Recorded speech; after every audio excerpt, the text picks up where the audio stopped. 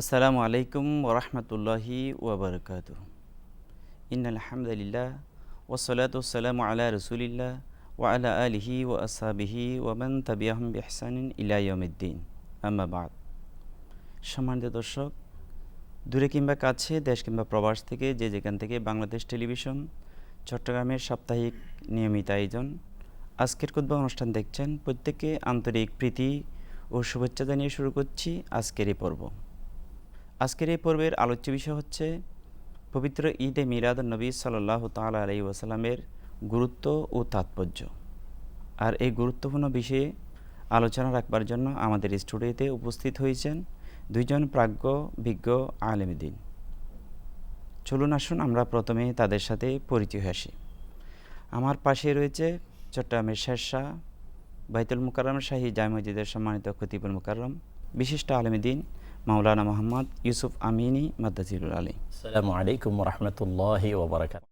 এর পাশে রয়েছে বাইজিদস্ত দারুস সুন্নাহ মাদ্রাসার সুযোগ্য প্রতিষ্ঠাতা পরিচালক বিশিষ্ট আলেম দ্বীন মাওলানা মোহাম্মদ শহীদুল্লাহ সৃষ্টি মাদ্দাজিরুল আলী। সালাম। ওয়ালাইকুম সালাম। আপনাদের দুজনকে আমাদের স্টুডিওতে স্বাগতম জানাচ্ছি। সম্মানিত দর্শক, আমাদের আজকে দুইজন বিজ্ঞ আলোচকদের সাথে আমরা পরিচয় হয়ে আসলাম। মূল আলোচনা শুরুর পূর্বে আমরা পবিত্র কালাম মজিদের তেলাওয়াত শুনে আসি। আউযু বিল্লাহি মিনাশ শাইতানির রাজীম। বিসমিল্লাহির রহমানির রহিম। কুল বিফাদলিল্লাহি ওয়া বিরহমাতিহি ফাবিযালিকা ফালইফরাহু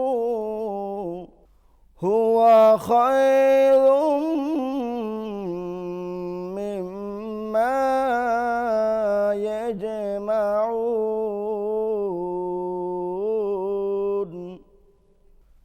قل أرأيتم ما أنزل الله لكم من رزق فجعلتم منه حراما وحلالا قل الله أذن لكم أم على الله تفترون وما ظن الذين يفترون على الله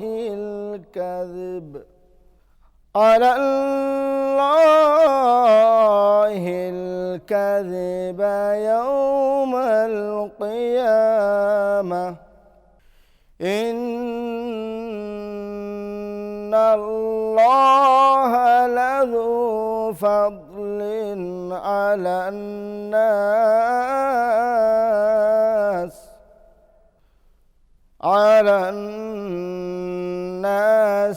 ولكن أكثرهم لا يشكرون. صدق الله العظيم وصدق رسوله النبي الحبيب الكريم.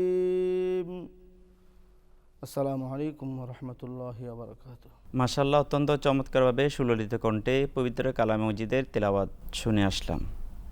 সম্মানিত দর্শক, রব্বুল আলামিন পবিত্র কালাম মজিদে ইরশাদ করেন, বিসমিল্লাহির রহমানির রহিম, ওয়া মা আরসালনাকা ইল্লা রাহমাতাল লিল আলামিন। নিশ্চয় আমি আপনাকে বিশ্বজগতের জন্য রহমত হিসেবে প্রেরণ করেছি। এখানে আপনাকে বলতে আমাদের প্রিয় নবী সাল্লাল্লাহু তাআলা আলাইহি ওয়াসাল্লামকে বোঝানো হয়েছেন তাফসীর কারকগণ। যেহেতু আমাদের প্রিয় নবী সাল্লাল্লাহু তাআলা আলাইহি ওয়াসাল্লাম বিশ্বজগতের জন্য রহমত, দয়া, সেহেতু আমরা মুসলিম মিল্লাত আমাদের প্রিয় নবী সাল্লাল্লাহু তাআলা আলাইহি ওয়াসাল্লামের যে বেলাদত হয়েছেন, জন্ম হয়েছেন, শুভ আগমন করেছেন, সেই দিনটিকে লক্ষ্য করে আমরা মুসলিম মিল্লাত ইতিপূর্বে এবং এখনও পর্যন্ত দিনটিকে মিলাদুন নবী সাল্লাল্লাহু তাআলা আলাইহি ওয়াসাল্লাম হিসেবে উদযাপিত করেছেন। যেহেতু আমাদের নবী হচ্ছে বিশ্বজগতের জন্য রহমত, সেই কারণে আজকের দিনটি এই মিলাদুন নবী সাল্লাল্লাহু আলাইহি ওয়াসাল্লাম দিবসটি মুসলিম মিল্লাতের কাছে একটি গুরুত্বপূর্ণ তাৎপর্যমণ্ডিত দিবস। সুতরাং আসুন আজকে আমাদের বিষয়ের আলোকে আমাদের প্রাজ্ঞ বিজ্ঞ আলোচকদের সাথে আমরা পবিত্র ঈদে মিলাদুন নবী সাল্লাল্লাহু তাআলা আলাইহি ওয়াসাল্লামের গুরুত্ব এবং তাৎপর্য নিয়ে আমরা বিস্তারিতভাবে আলোচনা শুনব। প্রথমে আমি আপনার কাছে আসছি ইউসুফ আমিন সাহেব। প্রথমে দর্শকদের উদ্দেশ্যে বলবেন যে ঈদে মিলাদুন নবী সাল্লাল্লাহু আলাইহি ওয়াসাল্লাম কী? আমরা জানতে পারি স্বাভাবিকভাবে ডিকশনারি এবং সমস্ত লোগাতে যদি দেখি ঈদ শব্দটি হলো খুশি, আর হাদিসের ভাষায় যদি তিরমিজি শরীফ 102 নম্বর পৃষ্ঠায় ঈদ শব্দটি এইভাবে ব্যাখ্যা করা হয়েছে যাতে আদা ইয়াউদু অর্থাৎ বারবার ঘুরে আসা, ফিরে আসা, অর্থাৎ পেয়ারা রসুল সাল্লাল্লাহু আলাইহি ওয়াসাল্লাম আমরা যে বুঝাতে চেয়েছি পেয়ারা রসুল সাল্লাল্লাহু আলাইহি ওয়াসাল্লামের আগমনের মেসেজটা খুশির আনন্দটা প্রতি বছর বছর জাতির কাছে, মুসলিম উম্মার কাছে, শুধু মুসলিম উম্মা না পুরো দুনিয়াতে এই খুশিটা বারবার ফিরে এসে মুসলিম উম্মাকে আনন্দ দেয়। তো মিলাদুন নবী, নবী করিম সাল্লাল্লাহু আলাইহি ওয়াসাল্লামের আগমন। যদি আমরা এই ঈদ শব্দটি আমরা আরেকটু আল্লাহর কোরআনকে যদি জিজ্ঞেস করি তাহলে আমরা পেয়ে যাই রব্বানা আনজিল আলাইনা মাইদাতাম মিনাস সামা তাকুনু লানা ঈদা। তাহলে আল্লাহ কোরআনে কত সুন্দর করে, আমরা যদি কোরআনকে একটু জিজ্ঞাসা করি, হযরত আদম আলাইহিস সালাম থেকে যুগে যুগে এই ঈদের মেসেজ দিতে দিতে দিতে দিতে এসে হযরত ঈসা আলাইহিস সালাম পর্যন্ত সর্বশেষে লাস্ট মেসেজ দিয়েছে রাসূল করিম সাল্লাল্লাহু আলাইহি ওয়াসাল্লামের আগমনের খুশির সংবাদটা দিয়েছেন, যেখানে এই আয়াত দ্বারা ঈদ শব্দ আমরা পেয়ে গেছি। এটা আমাদের যদি অত্যন্ত আনন্দের বিষয়। আরেকটু যদি যাই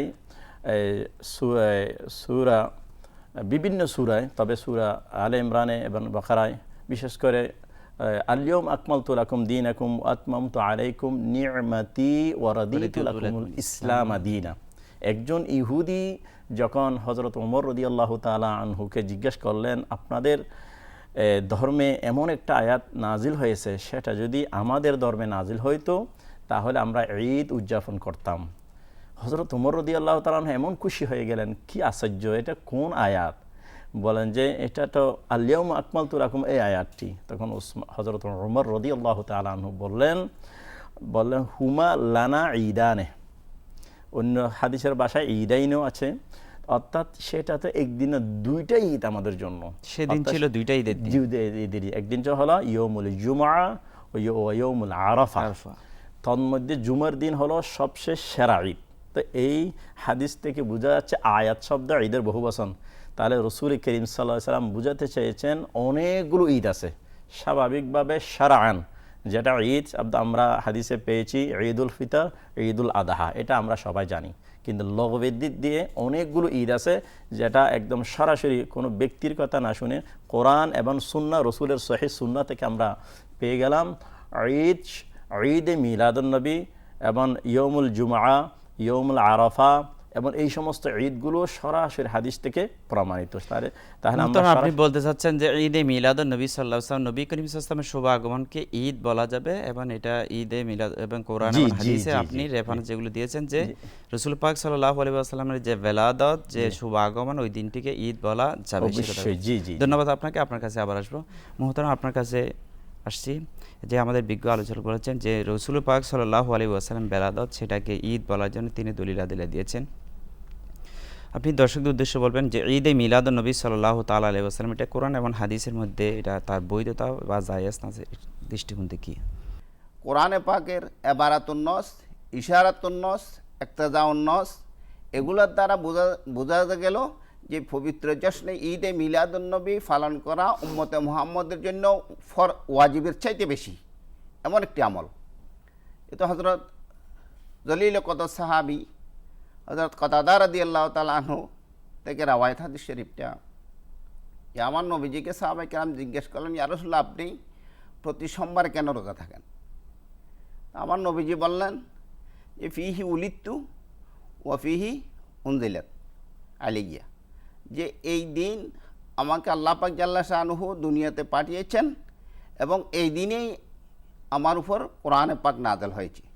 সুতরাং সেজন্য আমি এই দিনটাকে, আমার বেলাদত দিবসটাকে আমি রোজা থাকি। তাহলে স্বয়ং আল্লাহর রসুলেই সাল্লাল্লাহু আলাইহি ওয়াসাল্লাম নিজের বেলাদত দিবস মিলাদুন্নবী উদযাপন করেছেন। সুতরাং 1400 বছর পরে আমরা উম্মতে মুহাম্মদের জন্য এটা একটা সৌভাগ্যের বিষয় যে নবী প্রেমের বহিঃপ্রকাশটা, আমি যে আমার প্রিয় নবীর একজন আদানা উম্মত, আমি আমার নবীর প্রেমের বহিঃপ্রকাশটা পবিত্র জশ্নে ঈদে মিলাদুন্নবী সাল্লাল্লাহু আলাইহি ওয়াসাল্লাম উদযাপন করে আমি এটা বহিঃপ্রকাশ করলাম। এটার দ্বারা আমার অন্তরে শান্তি, এবং এটার দ্বারা আমি যে একজন নবী প্রেমিক, এটার একটা বহিঃপ্রকাশ হয়ে গেলো, যে এখানে মুনাফিকের আর কোনো স্থান থাকলো না। সুতরাং এই পবিত্র মিলাদুন্নবী সাল্লাল্লাহু আলাইহি ওয়াসাল্লাম, বিশেষত আমাদের দেশে যেই মিলাদে মোরাব্বজা আছে, এটা নিয়ে অনেক আলোচনা সমালোচনা আছে, থাকলেও যদি নবী প্রেমের চক্ষু দিয়ে যদি আমরা এই জিনিসটা যাচাই করি যে আমি একজন আমার নবীর উম্মত, আমার নবীর উম্মত হিসাবে নবী প্রেম, আমার নবী বলেছেন লা ইউমিনু আহাদুকুম হাত্তা আকুনা আহাব্বা ইলাইয়া মিন ওয়ালিদিহি ওয়া ওয়ালাদিহি ওয়ান নাস আজমাইন, যে হাকিকতে প্রকৃত মুমিন হওয়া যাবে না যতক্ষণ পর্যন্ত সব কিছুর চাইতে, বিবি বাচ্চা ধন সম্পদ সব কিছুর চাইতে আমার নবীর মহাব্বত উম্মতের অন্তরে বেশি না হওয়া পর্যন্ত, সবচাইতে বেশি হলেই, এই জন্য সাহাবায়ে কেরামের মহব্বত, আমার নবীর মহব্বত সাহাবায়ে কেরামের অন্তরে এত বেশি ছিল, যার কারণে আমার নবী বলার সাথে সাথে সাহাবায়ে কেরাম জান দিতে প্রস্তুত হয়েছেন। এই জন্য সাহাবায়ে কেরাম আল্লাহ পাক জাল্লা শানুহু রাদিয়াল্লাহু আনহুম ওয়া রাদু আন যালিকা লিমান খাশিয়া রাব্বাহ, সাহাবায়ে কেরামের উপর আল্লাহ পাক জাল্লা শানুহু রাজি হয়েছেন এবং আমার নবীর উপর সাহাবায়ে কেরাম রাজি হয়ে গেছেন। এই জন্য পবিত্র জশ্নে ঈদে মিলাদুন্নবী সাল্লাল্লাহু আলাইহি ওয়াসাল্লাম পালন করাটা কোরআন এবং হাদিসের আলোকে, যেহেতু আমার নবী স্বয়ং প্রিয় নবী সাল্লাল্লাহু আলাইহি ওয়াসাল্লাম উদযাপন করেছেন। ধন্যবাদ আপনাকে। আপনার কাছে আবার আসবো। মোহতারাম, আপনার কাছে প্রশ্ন, আমাদের বিজ্ঞ আলোচক বলেছেন যে মিলাদুন্নবী সাল্লাল্লাহু আলাইহি ওয়াসাল্লাম নবীর শুভ আগমন, নিশ্চয়ই এই রহমতুল লিল আলামিনকে দুনিয়াতে আল্লাহ প্রেরণ করেছেন, তার একটি লক্ষ্য উদ্দেশ্য রয়েছে। আপনি দর্শকদের উদ্দেশ্যে আমার প্রিয় নবী সাল্লাল্লাহু তাআলা ইসলামকে আল্লাহ দুনিয়াতে কেন প্রেরণ করেছেন, কি উদ্দেশ্য, লক্ষ্য উদ্দেশ্য? আমাদের প্রিয় নবী রহমতুল লিল আলামিন সাল্লাল্লাহু আলাইহি ওয়াসাল্লামকে প্রেরণের মূল উদ্দেশ্য, যখন রাসূল করিম সাল্লাল্লাহু আলাইহি ওয়াসাল্লাম 570 খ্রিস্টাব্দে যখন দুনিয়াতে আগমন করলেন, তখন দেখলেন অন্ধকারে, জাহালতে, খুন, মারামারি, সন্ত্রাসীদের পুরো পৃথিবীটা ধ্বংসের আইয়ামে জাহিলিয়া বলে পরিচিত। সেই অন্ধকার, আমরা যদি কোরআনকে জিজ্ঞেস করি সেই দিনটা সম্পর্কে, সেই অবস্থা সম্পর্কে একটু বর্ণনা দেন, কোরআনে কথা বলবে লিয়ুখরিজাকুম মিনাল জুলুমাতি ইলান নূর। রাসূল করিম সাল্লাল্লাহু আলাইহি ওয়াসাল্লামের আগমনটা ঘটেছে অন্ধকার থেকে নূরের দিকে আলোকিত করার জন্য। এই সমস্ত আল্লাহ রসুল যখন আবির্ভাব হয়েছেন, ওই সময় এমনকি কোনো নারী জন্ম নেওয়াই লজ্জাকর বিষয়, কিন্তু আল্লাহর একটা মহিমা, জীবন্ত পূজিত করা হতো, জীবন্ত। আমি নিজে দেখলাম জীবন্ত মকবরায়ে হাইয়া যেটা আছে দেখলাম। তা এখানে রাসূল করিম সাল্লাল্লাহু আলাইহি ওয়াসাল্লাম যে বছর আগমন করছিলেন, আল্লাহ রসুলের সম্মানে পুরো নারী সমাজকে জন্ম ওই বছর বন্ধই করে দিলেন রসুলের তাজিমে। তাহলে রাসূল করিম সাল্লাল্লাহু আলাইহি ওয়াসাল্লাম আসছেন এই জাহালত, এই মানুষ কুসংস্কার, এগুলো দুর্বৃত্ত করে মানুষকে নূরের দিকে, ইসলামের দিকে, আলোর দিকে, তৌহিদের দিকে, রিসালাতের দিকে ধাবিত করার জন্য প্রথম। দ্বিতীয়ত হলো ইনসাফ প্রতিষ্ঠা করার জন্য। মানুষ এমন যে ইনসাফ থেকে ভুলে গিয়ে বলে যে জোর যার মুল্লুক তার, যে যা ইচ্ছে তেমন করতেছেন, সেখান থেকে একেবারে ইনসাফ প্রতিষ্ঠার জন্য রাসূল করিম সাল্লাল্লাহু আলাইহি ওয়াসাল্লাম ইহুদি এসে তাকে আল আমিন উপাধি দিচ্ছে, তাকে দেশে ইসলামের পথে আলোকিত হচ্ছে। এমন অবস্থা হয়েছে, পুরো সর্বপ্রথম আল্লাহ রসুলকে আল আমিন উপাধি কাফেররাই দিয়েছেন। সর্বপ্রথম আমানত, স্বর্ণ, চাঁদি, মণিমুক্তা জমা রসুলের কাছে দিয়েছেন। অর্থাৎ বোঝা যাচ্ছে রসুল এসেছেন ইনসাফ প্রতিষ্ঠার জন্য, ন্যায় প্রতিষ্ঠার জন্য, অন্ধকার থেকে আলোকিত ধাবিত করার জন্য। মানুষের উসওয়াতুন হাসানা, লাকাদ কানা লাকুম ফি রাসূলিল্লাহি উসওয়াতুন হাসানা। অর্থাৎ অন্য হাদিসে এসেছেন ইন্নামা বুইস্তু লিউতিম্মা মাকারিমাল আখলাক। আল্লাহ পাক আমাকে প্রেরণ করেছেন সমস্ত চরিত্রের পূর্ণাঙ্গ দান করে। মানুষের যে ভালো চরিত্রগুলো আছে জাতির কাছে, প্রত্যেক ব্যক্তির কাছে মানে আদর্শ বানানোর জন্য, চারিত্রিক পূর্ণতা দেওয়ার জন্য। হাদিস শরীফে এসেছেন কিয়ামতের ময়দানে সবচেয়ে বেশি মিজানের পাল্লায় ভারী হবে যারা উত্তম চরিত্রের আদর্শ। কিন্তু রসুলের মেইন টার্গেট হলো এসে সমস্ত জাতিকে উত্তম আদর্শবান বানানোর জন্য।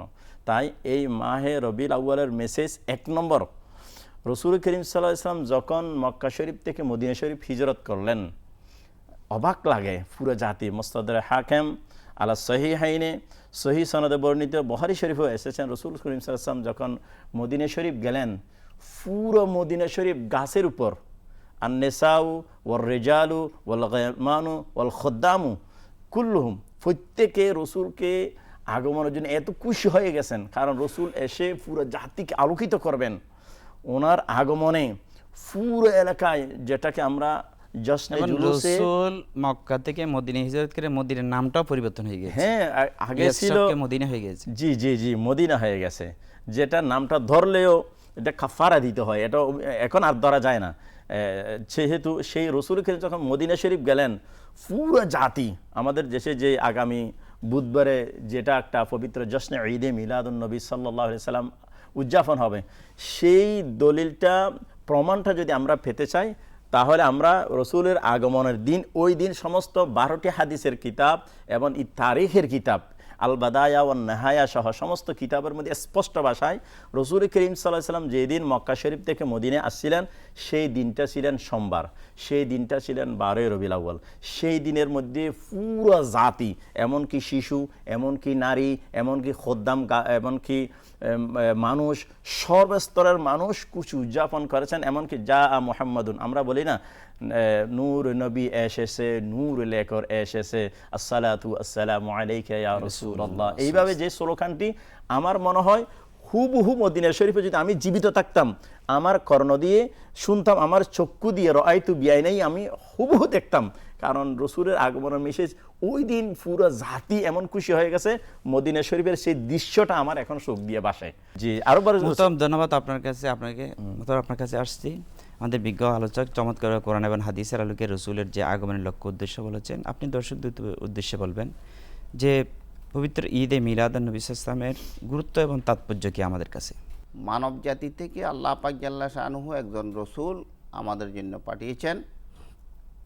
এটা আল্লাহ একটা গর্ব করে, বড় ইহসান করেছেন, গর্ব করে বলেছেন যে মুমিনদেরকে আমি একটা বড় ইহসান করেছি।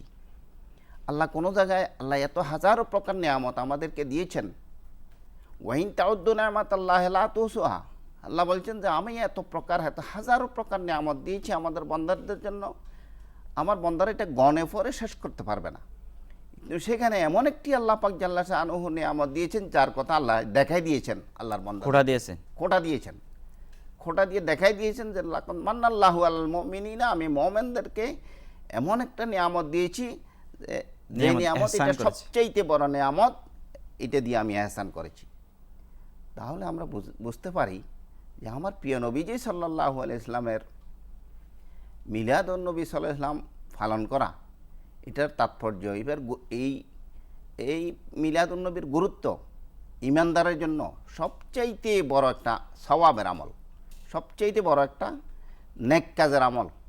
এই জন্য আমার প্রিয় নবীজি তো আসছেন, আমার হুজুর তো বলছেন বয়স্তু মুআল্লামান লিউতাম্মিমা মাকারিমাল আখলাক, যে সারা বিশ্ব যখন বর্তমান সারা বিশ্ব যখন একটা অশান্তি বিরাজ করতেছে, যেখানে আখলাক বলতে, চরিত্র বলতে মানুষের হাইওয়ানিয়ত গালেব হয়ে যাচ্ছে, হাইওয়ানিয়তের ভিতর মানুষ, আমরা এই দিন একটা দেখলাম যে কত কোটি টাকা দিয়ে মানুষ কুকুরে পরিণত হয়েছে, নাউজুবিল্লাহ মিনহা।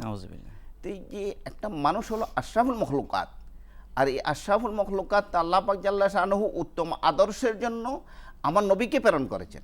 কোনো মুমিনের পক্ষে, কোনো ইমানদারের পক্ষে এটা নিয়ে দ্বিমত করার, আমরা এই মিলাদুন নবীকে কি কাজ কি আমল করতে পারি একটু সঙ্গে? আমরা মিলাদুন নবী সম্পর্কে বেশি বেশি দরুদ শরীফ পড়তে পারি, সদকা করতে পারি, খায়রাত করতে পারি, দান করতে পারি, এবং আলোচনা করতে পারি, তবরুকাতের আয়োজন করতে পারি, কোরআন হাদিসের আলোচনা, আমরা এটাই তো করি। বিশেষত রসুল পাক সাল্লাল্লাহু আলাইহি ওয়াসাল্লাম যে রোজা রেখেছেন, রোজা রেখেছেন, হ্যাঁ রোজা আমরা ওই দিন রোজা রাখতে পারি, যেহেতু আমার নবীজি নিজেই রোজা রেখেছেন সোমবারে।